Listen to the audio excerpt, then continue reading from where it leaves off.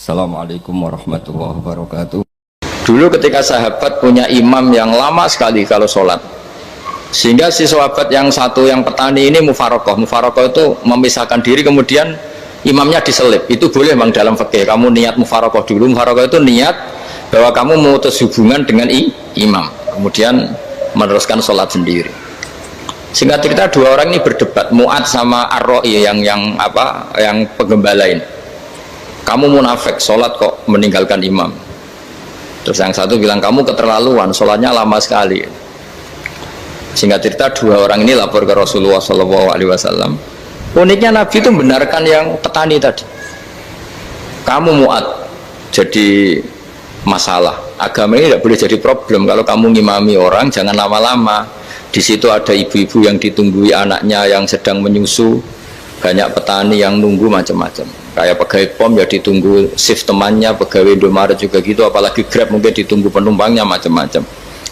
Sehingga kebaikannya teman-teman yang kerja serabutan begini juga bergantung kebaikan imam tadi. Kalau sholat itu tidak boleh lama-lama, apalagi wiridan, sholatnya aja nggak boleh lama-lama, apalagi wiridannya.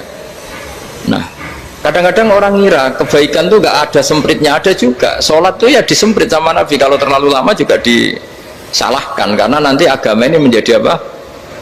Menjadi problematika. Nah, termasuk kebaikan kita ketika membolehkan ya, atau mentoleransi atau mendukung pekerjaan mulai Grab dan lain-lain adalah agama ini rahmatan lil alamin. Dulu ada seorang sahabat tanya, ya Rasulullah, boleh nggak kita ngegeng di perapatan gitu? Kata Nabi, ya jangan kalau bisa, tapi kita harus natahaddasannya, itu tempat kita jagungan di perapatan, di tempat-tempat umum lagi, di halte, terus kata Nabi, nggak apa-apa, tapi fa'atut thoriq haqqaha, kamu harus memberikan hak jalan itu.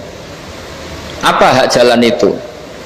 Satu, kamu amar ma'ruf, kalau bisa ya nahi mungkar, kemudian bikin suasana orang lainnya menjadi aman. Nah, ini yang catatan. Kalau hitung saja, yang ikut Grab itu berapa ribu? Nah, ini tuh energi besar kalau di atas 100 ribu. Hitung ya teman-teman di Grab, 100 ribu. 100 ribu ini kalau soleh semua, atau setengah soleh lah, kalau soleh banget keberatan dia soleh, setengah soleh. Itu tuh ada, ini sudah saya pikir, ada kebaikan yang menyebar di seluruh Nusantara yang berjumlah 100 ribu. Ini luar biasa. Ada kecelakaan, dia menolong pertama, ada pemerkosaan, menolong pertama, mungkin ada pencurian, ada apa. Maka kata Nabi, kamu kalau harus di jalan itu kamu berkontribusi amar ma'ruf nahi mungkar. Saya sering ke Jogja karena saya mulai 98 di Jogja, ya sering di terminal malam-malam. Saya ketika kecil itu sering diceritain, orang nggak berani ke terminal ini banyak preman, nggak boleh ke terminal ini karena banyak preman. Ya mulai dari Sumatera, Jawa, hampir seluruh Indonesia. Kalau jam sekian sampai sekian sudah nggak berani karena banyak apa? Preman. Itu uniknya, preman-preman itu selain dulu ditangani tentara dan polisi, itu urusan negara ya, itu, dan kita ngapresiasi. Itu hilangnya yang permanen itu bukan saja ditangani ABRI dan polisi, TNI dan polisi, tapi ditangani kultur. Banyak mulai orang soleh, santri dagangan di situ, ada ojek mangkal di situ, supir taksi mangkal di situ. Terus di sini orang-orang soleh yang menghalau ketika ada perempuan digoda atau perempuan dicopet atau apa. Terus lama-lama jadi kultur bahwa kebaikan ini dominan. Setelah kebaikan dominan ini otomatis menyingkir sedikit demi sedikit.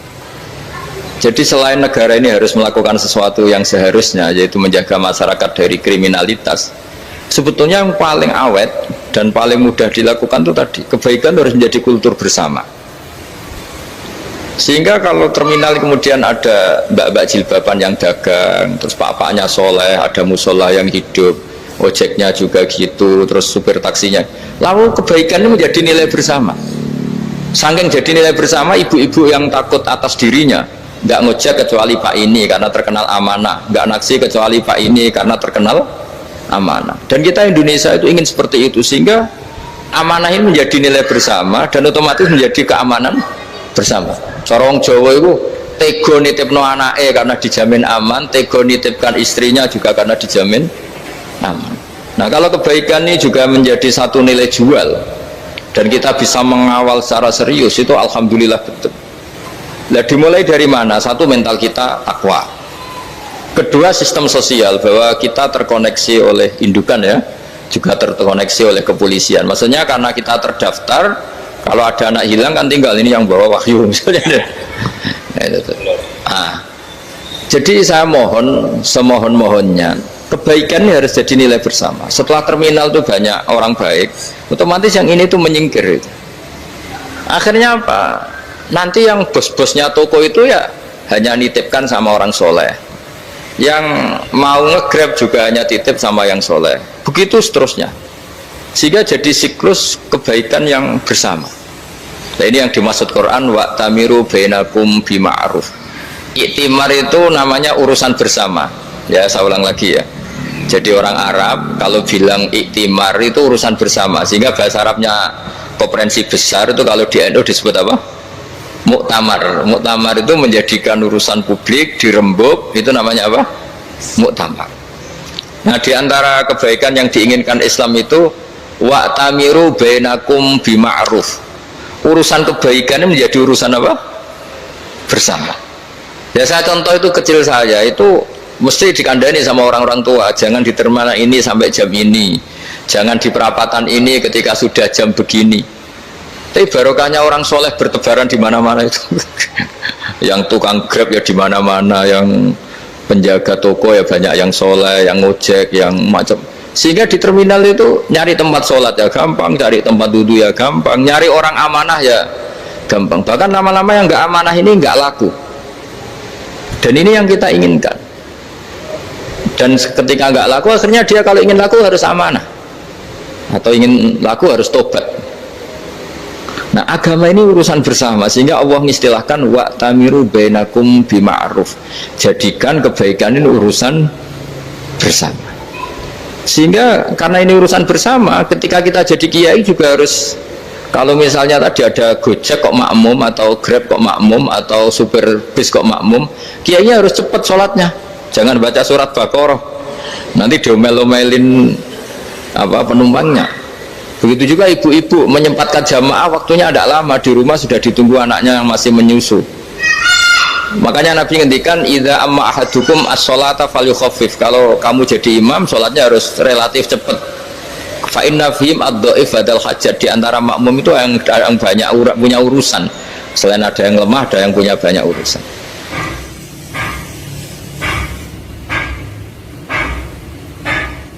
Nah, terus ketiga, masalah kekayaan hati. Kekayaan hati ini penting sekali, karena rata-rata teman di Grab itu kan miskin lah.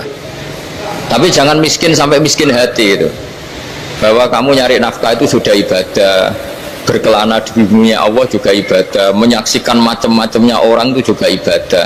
Bahkan menambah khazanah ilmu. Di antara warisan ilmu yang kita dapatkan dari Rasulullah SAW, misalnya kamu jalan-jalan, punya kaki dua, punya tangan dua. Gara-gara jalan-jalan sering ngerti orang yang buntung. Alhamdulillah meskipun saya hanya Grab masih punya kaki itu. Terus ketemu orang buta ya gitu. Alhamdulillah ladzi afani mimma btalaka bih. Alhamdulillah saya terselamatkan dari seperti itu. Sehingga melihat orang maksiat juga gitu. Saya meskipun gini terselamatkan dari tempat maksiat, dari, sehingga hidup itu tidak nelongso gitu. Ada nilai lebih yang kita punyai. Jadi di antara kebaikan Islam adalah orang disuruh ingat sisi nikmat. Nah kalau nikmat itu sudah ada semua, kata Imam Ghazali, nikmat hidup. Kata Imam Ghazali, jika nggak ada kenikmatan yang Anda punyai, kamu datang ke kuburan. Disuruh datang ke kuburan. Dan kamu bilang begini, kenikmatan kembali ke dunia adalah kenikmatan yang diinginkan mulai yang mati zaman Nabi Adam sampai kiamat. Jadi kalau Fir'aun yang pernah jadi raja, Namrud, semuanya, bahkan orang-orang soleh sekalipun, kalau kamu tanya keinginan terbaiknya apa? Ingin kembali